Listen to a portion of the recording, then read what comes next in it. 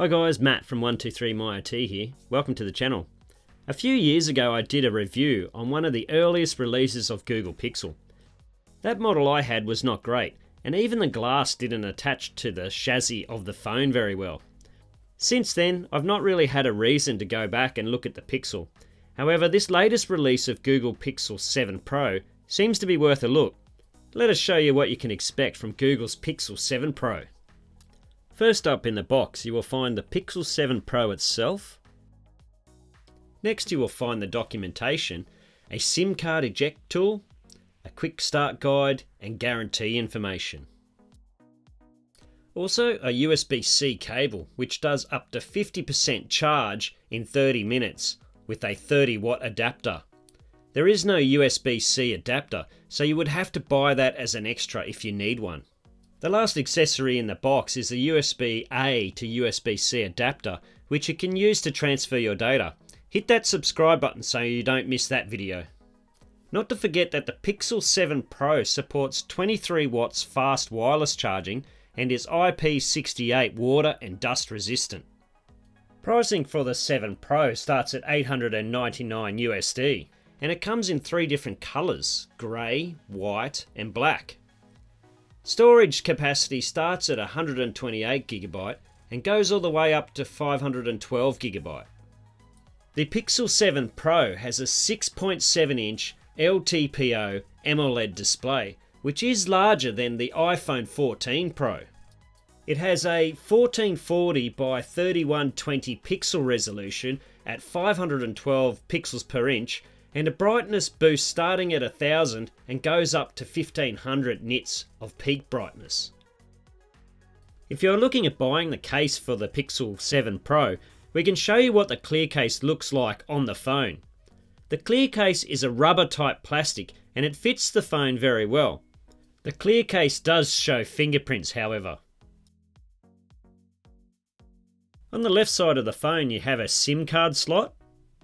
On the right side you have the sleep wake power button and volume up and down buttons. On the bottom you have the USB-C connector, microphone and one of the stereo speakers. Let's take a listen to the speakers. What's that? There's something crossing up ahead. Keep the girls in the car. Stay in the car. Okay, just stay in the car. What happened? Diabolo. Okay, what's he saying? Diabolo means devil. I've never seen anything like this. What do you think it's prey? Lions don't do that. At least no lion I've ever seen. Shh. Go back to the calls. Dad, please!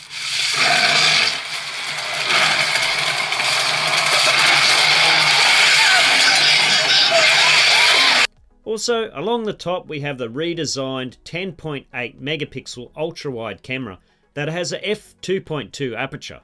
Face unlock and fingerprint is standard on the Pixel 7 models. And the technology is pretty well polished. On the back of the Pixel 7 Pro you have the standard triple camera setup which features an ultra-wide, wide and telephoto cameras. The wide camera is a 50 megapixel camera with a f1.9 aperture.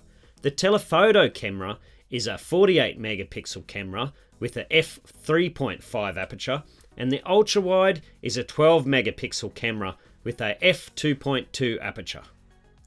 Out of the box, the Pixel 7 Pro will take amazing photos. Here's some comparisons between the Pixel 7 Pro and the iPhone 14 Pro. Can you spot the difference?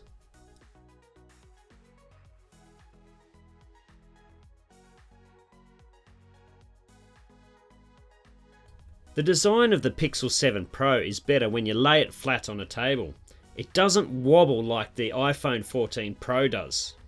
The Pixel 7 Pro has Google's Tensor G2 chipset, which has a dedicated TPU which allows for AI and personal intelligence to run directly on the phone.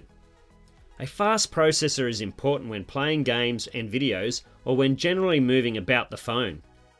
Here is the Geekbench scores comparing the iPhone 14 Pro and the Pixel 7 Pro. As you can see, the iPhone 14 wins with a single core score of 1873 and a multi-core score of 5599. However, the technology on these two phones is very different. So if we compare the Samsung Galaxy S22 with the Pixel 7 Pro, we get a very different score, with the Pixel 7 Pro beating the Samsung S22. The Pixel 7 Pro will run about the same as the Samsung S22 Ultra. In terms of battery life for the Pixel 7 Pro, it has a large 5000 mAh battery, and Google says the battery will last beyond 24 hours. They also have an extreme battery saver, which can allow the phone to last for up to 72 hours. Like the iPhone 14 Pro, the Pixel has an always-on screen, which you will need to enable in the settings. And another great thing to mention is Google's free VPN service.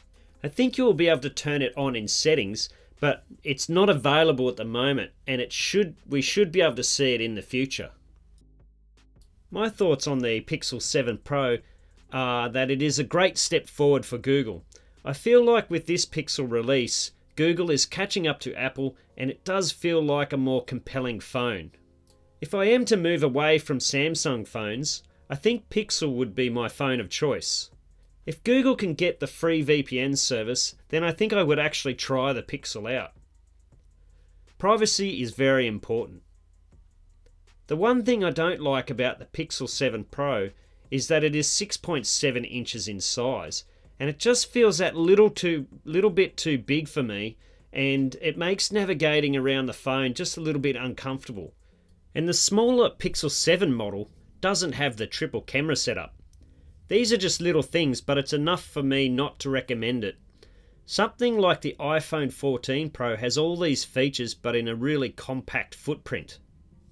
Guys, please don't forget to check out my other videos, such as iPhone 14 Pro in purple, and do me a favour, if you know anyone who might like these videos, please share it with them, hit the subscribe button, and smash that bell icon. I'm gonna hit the sack. Yo, maybe she's had enough. Maybe you should shut your mouth. You scared me. Hey, slow down, cowboy. Get off me!